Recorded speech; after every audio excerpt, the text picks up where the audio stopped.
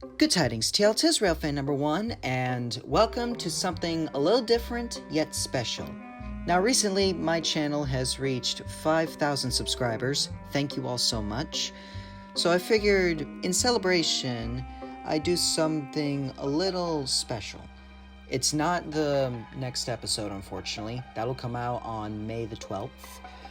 So, in the meantime, I thought I'd show you something interesting I did in a few of my episodes of my series. Now, as we all know, Audrey had a knack for creating and writing his stories back then. In fact, most of them were actually inspired by real-life accidents. And the TV series kind of did the same thing as well, if you know where to look on a few episodes. So I thought maybe I should contribute that to my series as well. So with that said, let's begin. So the first episode we're going to talk about is Season 1, Episode 17, Detective Birdie. There was a sequence where Birdie chased after Bulgy when he got hijacked, and then Bulgy knocked Birdie off of a bridge and conveniently landed on Thomas's train. Now, the real-life accident was kind of similar, but it had some differences. This will take place at the Oxshott A244 bridge. Now, this was an incident back on the 5th of November 2010. About 3:30 p.m., a cement mixer lorry has fell off the bridge and landed on an accelerating train of carriages. Miraculously, no one was killed. The next story we're going to be talking about is The Search for Duke, Season 2, Episode 7. Now, near the end of the episode, there was a sequence where all the narrow gauge engines performed a musical number, or with their whistles. Now, I know some of you think that it's a little silly for a chorus of engines to sing, or at least perform music, but what if I told you that a similar case has happened on the Talyllyn Railway on the 27th of August 2011. The event was called It's a Hoot. In this video you see right here, we see the engines performing a musical number. I'll provide a link in the description so you guys can check it out yourselves.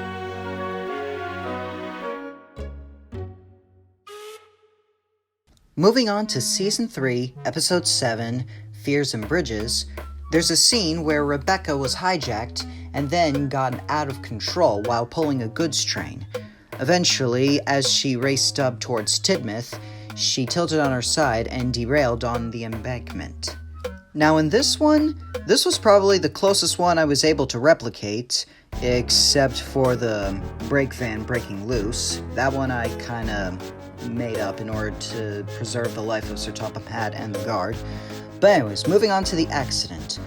On the 20th of February, 1960, locomotive number 34084-253 Squadron was hauling a freight when it overran signals at Hither Green and was derailed, falling down an embankment and onto its side.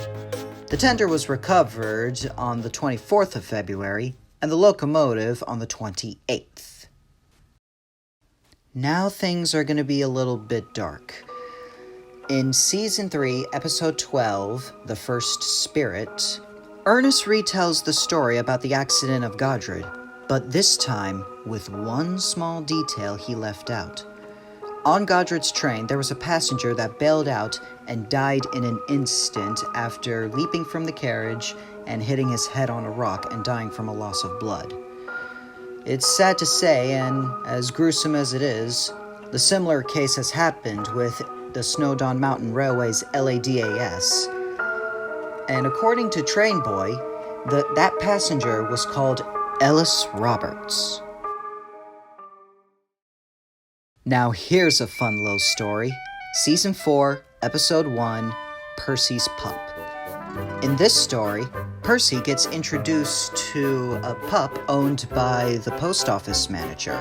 His name was Oscar, and Oscar found a deep like to Percy and his job, and has been following around Percy's mail runs ever since. Now, unlike the other stories I talked about, this one takes place in America, specifically in Albany, New York. It was 1888 when a dog named Oni, which is a terrier mix, was adopted by the post office manager, and he became the mascot and lucky charm. It was said that he loved the smell of mailbags. Wherever the mailbags went, Oni would follow, and he would ride on the trains ever since. But sadly, all good things come to an end.